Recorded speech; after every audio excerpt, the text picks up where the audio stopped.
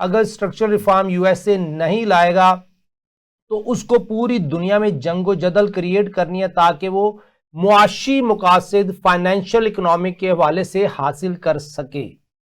اب جب تک اس کو 7 ٹریلین کا بینیفٹ اگلے 2-3 سالوں میں نظر نہیں آئے گا یہ جنگ روکنے والا نہیں. یہ میری پرسیپشن ہے, may be I am wrong. اب یہ جو آبنائے ہارمز جا کے وہاں پہ جنگ کر کے قبضہ کرنے کی کوشش کرنے لگا ہے, اس سے تو امن نہیں آئے گا. آپ کہہ رہے ہیں امن آنا چاہیے, امن کی کوششیں چل رہی ہیں, اب یہ تو امن سبوتاز ہو رہا ہے. ہاں بالکل آپ نے صحیح کہا. اور دوسرا آپ جو ویلڈ پوائنٹ اس پہ بتاتے ہیں کہ 7 ٹریلین کو انہوں نے 2-3 سال تک کور کرنا ہے ڈالر کو, تو امریکن اکانومی آپ کو ہسٹوریکلی بھی دیکھا جائے تو اسی پہ چلتی رہی. کبھی ایک ملک کے وسائل, کبھی دوسرے ملک کے وسائل, عراق کے وسائل, لیبیا کے وسائل, اسی پہ زیادہ انہوں نے اپنی انوویشنز بھی کی ہیں, لیکن جو قدرتی وسائل ہے وہ اپنے ساتھ لے کے گئے. اور اس جنگ میں جو دوسرا بڑا اہم کردار ہے جس کی اطلاعات آ رہی ہیں, جس نے مذاکرات کو سبوتاج بھی کیا ہے, وہ نتنیاہو خود ہے. اور اطلاعات اب یہ بھی آ رہی ہیں, عجیب بات ہے کہ جو ٹیم ہے اس نے آخری لمحات میں ڈونلڈ ٹرمپ سے ہدایات لینے کے بجائے نتنیاہو سے لینے شروع کر دیے.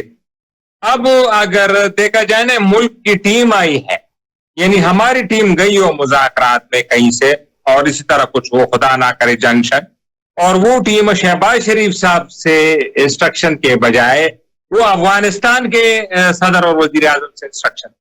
تو یہ کیا عجیب بات ہوگی, یہ تو بڑی عجیب بات ہوگی نا. تو یہ نتنیاہو صاحب سے جی ڈی وینس صاحب آخر میں ہدایات لے رہے. تو اور ان کا تو مجھے نہیں لگ رہا, ان کا تو کوئی پلان نہیں ہے. وہ تو کل رات لبنان میں اسرائیلی زمینی فوج اندر داخل ہوئی ہے, کئی علاقوں کو انہوں نے قبضہ کیا ہے, اور ان کو پھر مانیٹر کرنے کے لیے نتنیاہو خود گئے اگلے موقعوں پہ. تو ان کا تو لگ ہی نہیں رہا. دوسری طرف ایران کہہ رہا ہے کہ جب تک مکمل سیز فائر نہیں ہوگی, یعنی سیز فائر یہ نہیں کہ ایران کے ساتھ, یعنی حزب اللہ کے ساتھ, حماس کے ساتھ, لیکن نا وہ جو بھی ہم کہیں یہ حزب اللہ اور حماس نے ایران کی 40 سال جنگ لڑی ہے. اب ان کو اگر ایران چھوڑ دیتا ہے اور کہہ دیتے کہ چلے ہم آپس پہ کر لیتے ہیں اور حزب اللہ کی آپ نے جتنی بھی کوٹائی کرنی ہے وہ کر لیں, تو پھر تو ایران ختم ہو گیا نا. مطلب ایران ایز جو ایک نظریہ بنا ہوا تھا 1980 کے دہائی سے, وہ تو ختم ہو گیا نا. وہ تو ان کے پہ سارے جو الائنس ہے یا جو پارٹنر ہے وہ یہی کہیں گے نا کہ یہ تو بس اپنا ویلفیئر اب دیکھ رہے ہیں اور ہم تو اپنی لڑائی اب لڑیں. تو وہ ایران افورڈ ہی نہیں کر سکتا ہے اس میں کہ وہ لبنان میں سیز فائر کیے بغیر ہی وہ خود سیز فائر لانگ ٹرم کر لے اور مذاکرات کر لے. اور دیکھیں نا ساری شکیں تو ایران کے خلاف. امریکہ نے کہا ہے کہ آپ ایٹم بم ختم کریں, وہ تو جی ڈی وینس کا سب نے سن لی, مکمل طور پہ ختم کریں.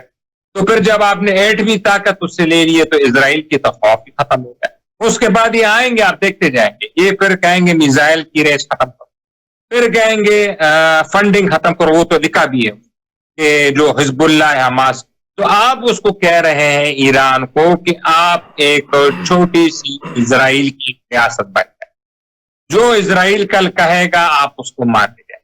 اور میرے خیال میں یہ بہت مشکل ہے ایران کے لیے, کیونکہ وہ قوم جو 40 سال سے ایک نظریے سے پلی بڑی ہے, جو کہ بچے پیدا ہوئے ہیں, وہ جوان ہوئے ہیں, وہ جا کے اب فوج میں تعینات ہے, کہیں ان کا ایک نظریہ ہے نا. اب دیکھیں نا جس طرح ہمارا نظریہ ہے, ہم پیدا ہوئے ہیں کہ ہم 2 قومی نظریے کے محافظ ہیں, تو اب ہمیں کوئی کہے کہ آپ 2 قومی نظریے کو چھوڑ دیں فوراً, آپ پاکستان جس پہ بنا تھا اس کو ختم کر دیں, تو ہماری قوم تو لڑنے مرنے پہ تیار ہو جائے. تو یہ جو ایران کو اگر جو چیزیں امریکہ کہہ رہا ہے وہ یہی کہہ رہا ہے کہ آپ چھوڑ دیں امام خمینی کی نظریے, آپ چھوڑ دیں اپنے نظریے کو, دبک کے بیٹھ جائے. میرے نہیں خیال کہ ایران اس طرح دبک کے بیٹھے گا, اور اللہ نہ کرے یہ جنگ اور شدید پھیلے گی.